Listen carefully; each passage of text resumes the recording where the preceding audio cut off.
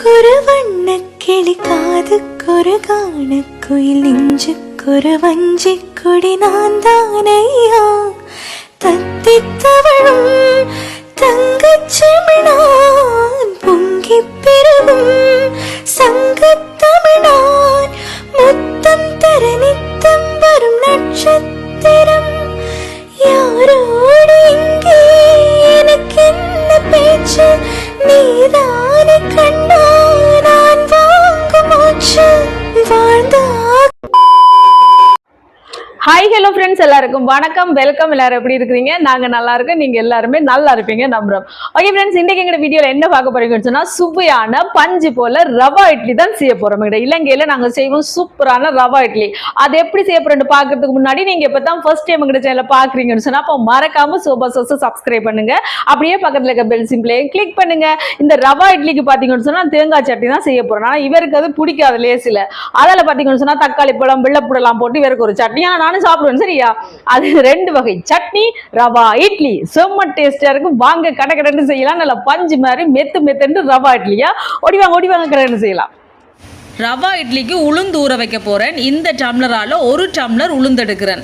நீங்கள் எந்த அளவுகளால் எடுக்கிறீங்களோ அதே அளவுகளால் நான் சொல்கிற அளவுக்கு எடுத்தீங்கன்னு சொன்னால் சரியாக இருக்கும். இப்போ நான் இந்த டம்ளரால் ஒரு டம்ளர் உளுந்துக்கு 2 டேபிள் ஸ்பூன் வெந்தயம் சேர்க்குறேன். சேர்த்துட்டு நல்ல வடிவாக ஒரு 2-3 தரம் கிளஞ்சி கழுவி எடுக்க போகிறேன். என்னென்னு சொன்னால் நல்லா ஊறினா பிறகு 4 மணி நேரத்துக்கு பிறகு நான் திருப்பி கழுவ போகிறதில்லை. அதால் தான் நல்ல வடிவாக ஒரு 2-3 தரம் நல்லா கிளஞ்சி கழுவி எடுத்துட்டு உளுந்துக்கு மேலால் தண்ணி நிற்கிற மாதிரி இந்த மாதிரி விட்டுட்டு மூடி வைக்க போறேன் ஊறுறதுக்கு.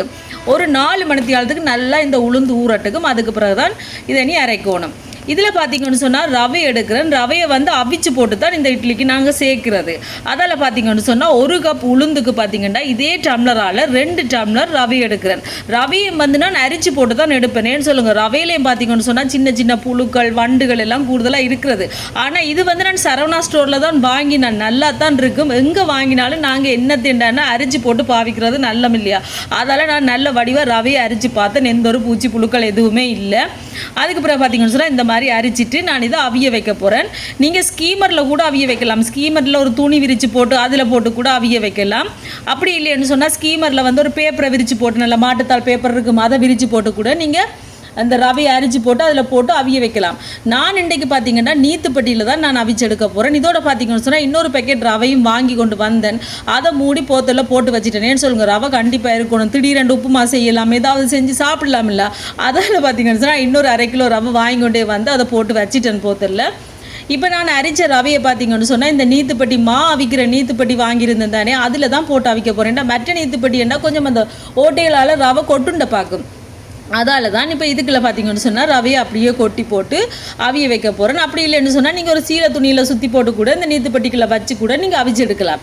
இப்போ இந்த மாதிரி கொட்டியாச்சா இனி மூடி இது ஒரு 15 நிமிஷம் 20 நிமிஷம் நல்லா இந்த ரவை அவியணும். அவிஞ்சு நல்லா ஆறணும். அதுக்கு பிறகு தான் நாங்கள் மற்ற வேலைகளை பார்க்கணும். இப்போ நான் நல்லா வடிவாக புட்டுப்பானையெல்லாம் மூடி வச்சாச்சு.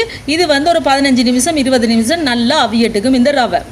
இப்போ பார்த்தீங்கன்னு சொன்னால் நல்லா இந்த ரவை அவிஞ்சிட்டு பார்த்தீங்களா, ஒரு 15-20 நிமிஷம் நல்லா வச்சுனா நல்லா அவிஞ்சிட்டு இனி இதை இறக்கி போட்டு நான் நல்லா ஆற வைக்க போகிறேன். ஆறினொன்று தான் இது செய்யணும். சூட்டோடையே சேர்த்தோம்னு சொன்னால் நல்லா பொங்கி வராது இட்லிக்குமா. அதால் தான் இப்போ பாருங்கள் நல்லா அவிஞ்சிருக்கு பார்த்தீங்களா நண்பர்களே. வறுக்கையோ இல்லாட்டிக்கு பச்சையாவோ சேர்க்குறதில்ல, அவிக்கிறது. அவிச்சு போட்டு தான் நாங்கள் இந்த இட்லிக்கு இந்த ரவையை சேர்க்குறது. இப்போ இந்த மாதிரி கொட்டி போட்டு நல்லா வடிவாக நான் உளுத்தி விட்டுட்டேன். நல்லா ஆறட்டுக்கு மட்டும் ஒரு 10-15 நிமிஷம் நல்லா ஆறணும். ஆறினா பிறகு தான் நாங்கள் வடிவாக எல்லாத்தையும் கலந்து விடணும். அதுக்குள்ள பார்த்தீங்கன்னு சொன்னால் இனி அங்கால உளுந்து நல்லா ஊறி இருக்குது. நான் அதை அரைக்க போகிறேன். இது ஒரு பக்கம் இருந்து நல்லா ஆறட்டுக்கு. இப்போ பாருங்கள் உளுந்து நல்லா ஊறி இருக்குது. இந்த உளுந்து ஊறின தண்ணியை நான் ஒரு கொஞ்சம் கூட ஊற்ற போகிறது இல்லை. ஏன்னா முழுக்க இந்த உளுந்து ஊறின தண்ணியில் தான் நான் இந்த உளுந்தெல்லாம் அரைச்சி நல்ல வடிவாக எல்லாத்தையும் கரைச்சி வைக்க போகிறது இந்த தண்ணியில் மட்டும்தான். அதால் இந்த தண்ணி உடனே அவசரப்பட்டு ஊற்றக்கூடாது. இப்போ ஒரு அரைவாசி உளுந்து இதில் போட்டாச்சு கிரைண்டர் கப்பில். நான் முழுக்க போடலை, என்ன சின்ன கப் தண்ணி அதில் அரைவாசியை போட்டுட்டு இதோட பார்த்தீங்கன்னு சொன்னால் சோறு கொஞ்சம் சேர்க்குறேன்.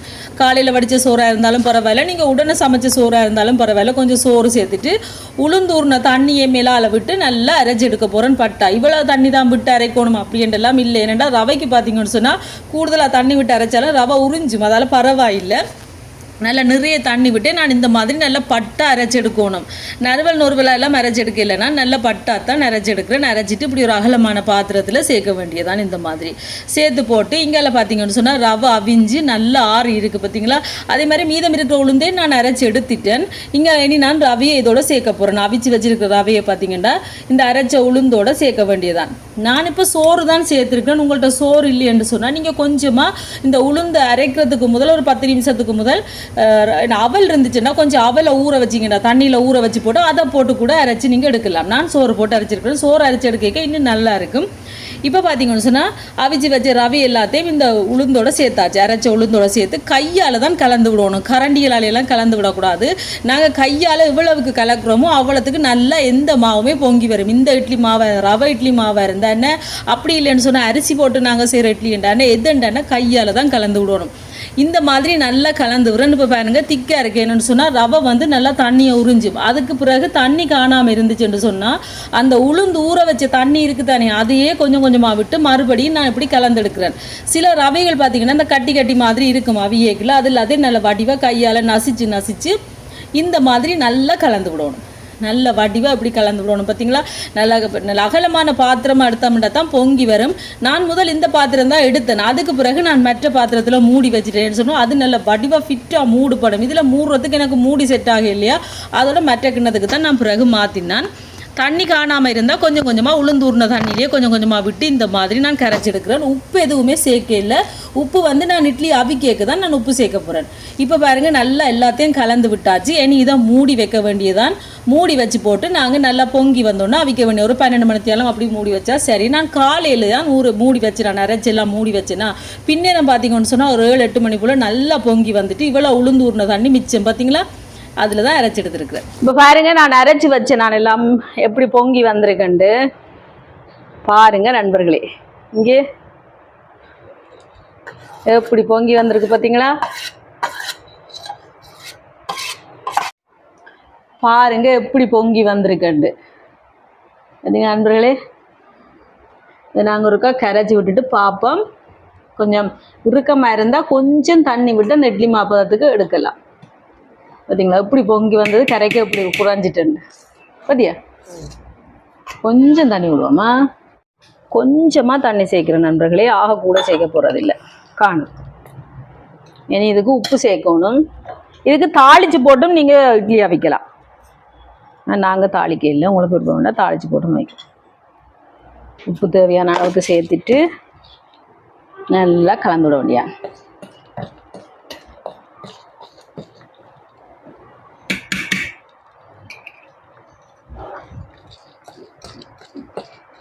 பார்த்தீங்களா நண்பர்களே,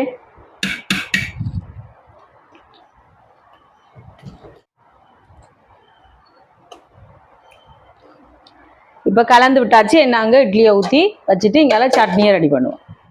இப்போ இட்லி தட்டுக்கு எண்ணெய் ஸ்ப்ரே பண்ணி விடுவோம். நீங்கள் துணி விரிச்சு அவிச்சிங்கன்னு சொன்னால் எண்ணெய் போட தேவையில்லை. நான் துணி இல்லை, அதால் எண்ணெய் ஸ்ப்ரே பண்ணிக்கிறேன்.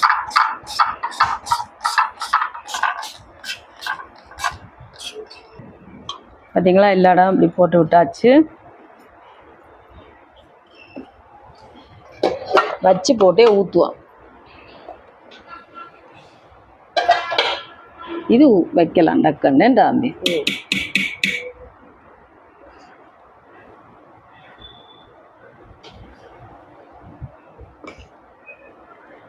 தாளிச்சு போட்டு வெங்காயம் பச்சை மிளகாய் எல்லாம் தாளிச்சு போட்டு நீங்கள் அவிக்கலாம். நாங்கள் தாளிக்க இல்லை, எங்களுக்கு இப்படி சாப்பிட்றோம் பிடிக்குவேன்.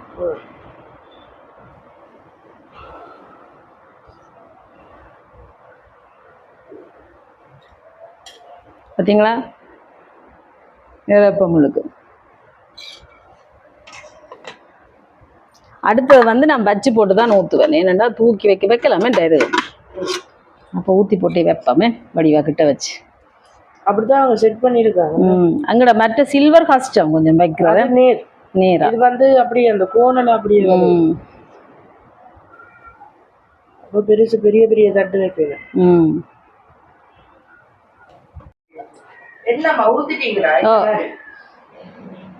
இது அடுத்தாந்திரம் வைப்போம். இப்போ பாருங்க ஊற்றியாச்சு. இதை மூடிட்டு எல்லாம் அடுப்பில் வச்சா அந்த அடுப்பில் வைப்போம். அப்போ இதில் நாங்கள் சட்னிக்கு தாளிக்கலாமேண்டா. இதில் வச்சோம்டா இது இட்லி அவியட்டுக்கும்.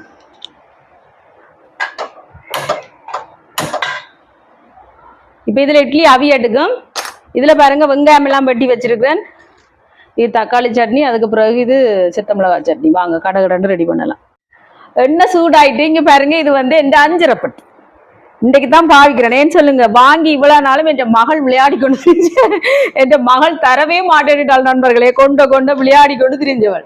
இப்பதான் ஓரளவு அதுல அந்த ஆசை வெறுத்து போய் விட்டுட்டாள், வேணாமண்டா. அதுக்குதான் நான் எடுத்திருக்கிறேன் நண்பர்களே. இப்ப பாருங்க எண்ணெய் சூடாயிட்டு பார்த்தீங்களா, எல்லாம் வச்சிருக்கேன். டக் டக்குன்னு எடுத்துடலாம். இதுல வந்து உளுத்தம் பருப்பு, கொஞ்சம் உளுந்து, அதுக்கு பிறகு கடலைப்பருப்பு. எவ்வளவு ஈஸியா இருக்கு பத்தியா தம்பி, எல்லாம் இருக்கு. ஒரு போத்துல அம்மா துறந்து எடுத்துக்கொண்டு தேவையில்லை. இது கொஞ்சம் பொரியட்டும்.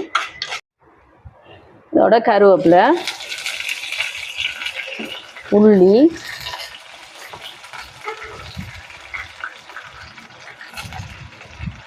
சின்ன வெங்காயம், இதோட சித்தல் மிளகாய். இது எங்களை உரைப்புக்கு தேவையான அளவு தான். இப்போ இதெல்லாம் கொஞ்சம் வதங்கட்டும்.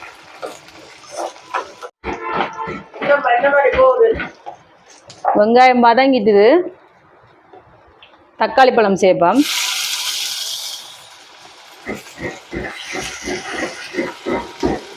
இதோட மல்லியிலையும் சேர்க்குறேன். அப்போ நல்லா இருக்கும்.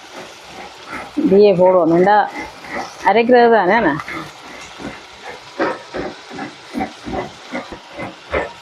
உப்பு சேர்க்குறேன் தேவையான அளவு. இப்போ கலந்து விடுவோம். இந்த தக்காளி பழம் நல்லா வதங்க. இனி தேங்காய் சட்னி இதில் அரைக்க போகிறேன். இது பாருங்க, தேங்காய் பூ,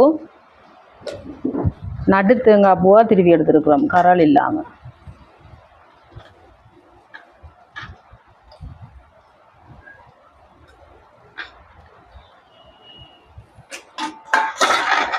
இதோட உள்ளி 3, சின்ன வெங்காயம், மல்லியில் ஒரு கொஞ்சம், சித்தல் மிளகாய். இது எங்களோட உரைப்புக்கு தேவையான அளவு தான். 3, 4, 5 காணுமா, 6, 7, 8, 9, 10 போடுவோமே. ஓகே. இனி இதுக்கு தண்ணி விட்டு அரைச்செடுப்பேன். நான் தேசிக்காய் புளி தான் விட போகிறேன். நீங்கள் பழப்புளி விடுறேன்டாலும் விடலாம். உப்பு போட மறந்துட்டேன் நண்பர்களே. கொஞ்சம் உப்பையும் போட்டு அரைச்செடுப்போம். இப்போ பாருங்க அரைச்சாச்சு. ஊற்றுவோம். இப்போ இங்கால பாருங்க தக்காளி பழம் எல்லாம் நல்லா வதங்கி வந்துட்டுது. நல்லா ஜூஸியாக வதங்கி வந்துட்டேண்ணே. இனி அடுப்பை நிப்பாட்டிட்டு இதை இந்த கிரைண்டர் கப்பில் போட்டுட்டு கொஞ்சம் ஆறினோன்னு அரைப்போம். கொஞ்சமாக தண்ணியும் விட்டு அரைப்போம். தண்ணியை இதுக்குள்ள விட்டு கொண்டு வரேன். இனி இது எல்லாத்துக்கும் தாளிச்சு போடணும் அரைச்சிட்டு. இப்போ பாருங்க அரைச்சாச்சு. இப்போ பாருங்க இந்த சட்னியும் ரெடி. இதுக்கு தேசிக்காய் புளி விடுவோம். தேசிக்காய் புளி சேர்க்குறேன்.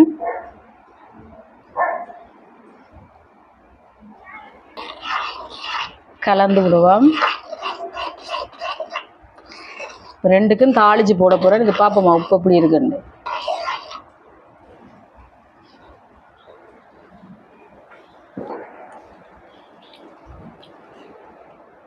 சூப்பராக இருக்கு நண்பர்களே, சூப்பராக இருக்கு. இதுக்கு தாளிச்சு போடும். எண்ணெய் சூடாயிட்டு கடுகு சேர்ப்போம். இது ரெண்டுக்கும் தாளிக்க போகிறேன், 2 சட்னிக்கும். அதெல்லாம் கொஞ்சம் கடுகு கூடுதலாக சேர்க்குறேன். இதுக்கு உளுத்தம்பருப்பு கடலைப்பருப்பு தேவையில்லை. அதுக்கு போட்ட பருப்பு நல்லா இருக்குங்க. போடவா கொஞ்சம் காணுமா, காணுமா உளுந்து போடுவோம். கொஞ்சம் நல்லா இருக்கு. ஆனா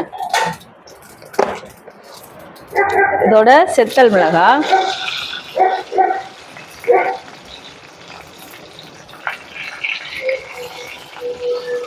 கருவேப்பிலை, இதெல்லாம் கொஞ்சம் வதங்க. இப்போ பாருங்க வதங்கிட்டு இனி இது 2 பேருக்கும் பிரித்து ஆள் கரவாசியாக போடுவோமா.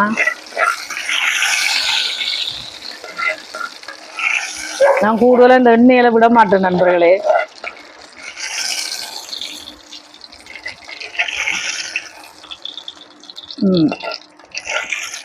கலந்து விடுவான்.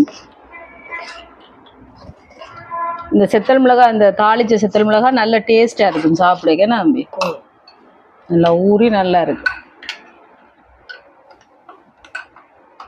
பார்த்தீங்களா 2 வகை சட்னி ரெடி. இதையும் டேஸ்ட் பார்க்கலாம் வேண்டா.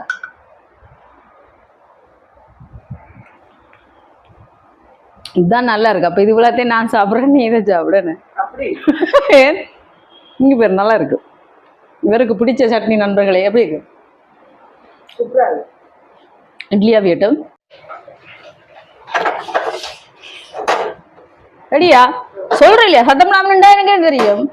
பாருங்க நண்பர்களே, இட்லி அவிஞ்சிட்டு நிப்பாட்டிட்டு இது வந்து நான் உடனே எடுக்க போகிறது இல்லை, கொஞ்சம் ஆற விட்டு தான் எடுக்கணும். சூட்டோடு எடுத்தோம்னா பிஞ்சிடும்.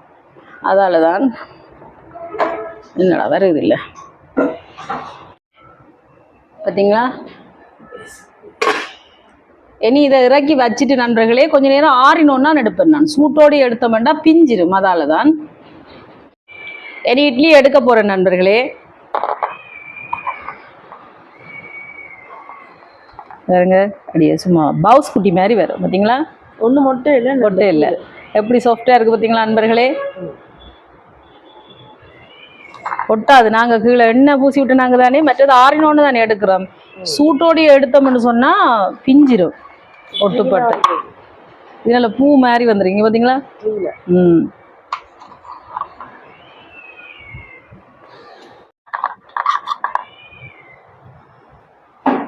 அப்படியே தண்டை பாட்டில் வருது நண்பர்களே. பார்த்தீங்களா? சூப்பராக வருது. ட்ரை பண்ணி பாருங்க ரவா இட்லி.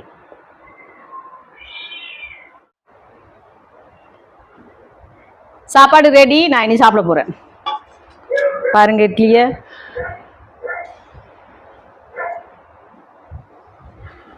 நாலு இட்லி. ஓகே, இப்படி எப்பவுமே.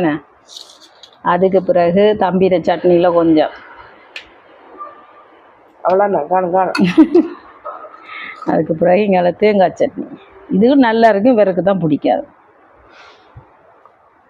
ஓகே, இனி உங்களுக்கு டேஸ்ட் பண்ணி பார்த்து சொல்கிறேன்னா சாப்பிட பண்ணுறீங்களே. இங்கே பார்த்தீங்களா? பாருங்க எங்கட இட்லி எப்படி பூ போல வந்திருக்குன்னு பார்த்தீங்களா நண்பர்களே?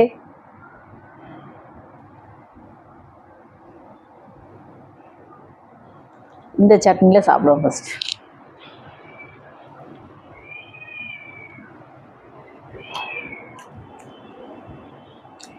சூப்பராக இருக்கு. ஆஹா, ஓஹோ, அருமை. ஒரு இட்லியே ஃபுல்லாக இந்த சட்னியே சாப்பிடணும் போல இருக்கு. அதெல்லாம் எப்படி சாப்பிடணும் சரியா? நீங்க பாருங்க நண்பர்களே, பாருங்க பூ மாதிரி இருக்கு பார்த்தீங்களா? வாயில வச்சோடனே கரைஞ்சி போயிடுது, அப்படி இருக்கு. சட்னி வேற அளவில் இருக்கு, நல்ல டேஸ்டா இருக்கு நண்பர்களே. இந்த சட்னியோட பார்ப்போமா?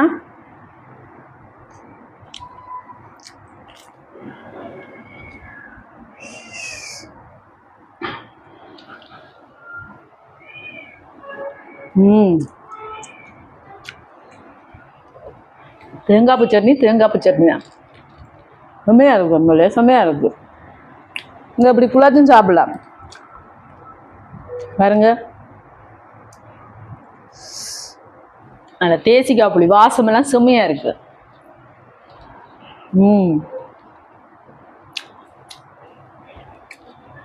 இந்த தாளிச்ச மிளகாய் சாப்பிட்டு பாருங்க நண்பர்களே. இங்க இப்படி சாப்பிடுங்க. இதோட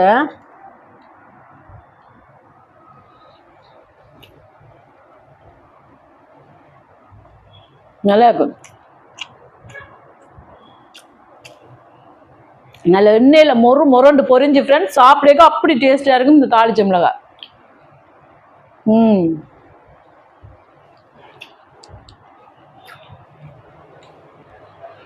செம்ம டேஸ்டாக இருக்கும் நண்பர்களே. கண்டிப்பாக செஞ்சு பாருங்க இந்த அளவுகளோட. உங்கள்ட்ட சமைச்ச சோறு இல்லைன்னு சொன்னால் அவலை ஊற வச்சு கூட நீங்கள் அரைக்கலாம். நல்ல டேஸ்ட்டாக வந்திருக்கு. மிச்சமெண்டா நாளை குதித்து போட்டு சின்ன வெங்காயம் எல்லாம் போட்டு தாளித்து உப்புமாவை கூட செஞ்சு சாப்பிடலாம். செம்ம டேஸ்ட்டாக இருக்கும். சட்னி எல்லாம் வேறு லெவலாக இருக்குது. கண்டிப்பாக ட்ரை பண்ணி பாருங்கள். வீடியோ ஃபுல்லாக பாருங்கள், பார்த்துட்டு எப்படி இருக்குன்னு சொல்லுங்கள். வீடியோ பிடிச்சிருந்தா மறக்காமல் லைக் பண்ணுங்கள், ஷேர் பண்ணுங்கள், கமெண்ட் பண்ணுங்கள், அப்படியே சப்ஸ்கிரைப் பண்ணுங்கள். சப்ஸ்கிரைப் பண்ணிட்டு பக்கத்தில் இருக்க பெல் சிம்பிளை கிளிக் பண்ணுங்கள். ஓகே ஃப்ரெண்ட்ஸ், நான் உங்களை இன்னொரு வீடியோவில் சந்திக்கிறேன். பை டாடா. நல்லா இருக்கு.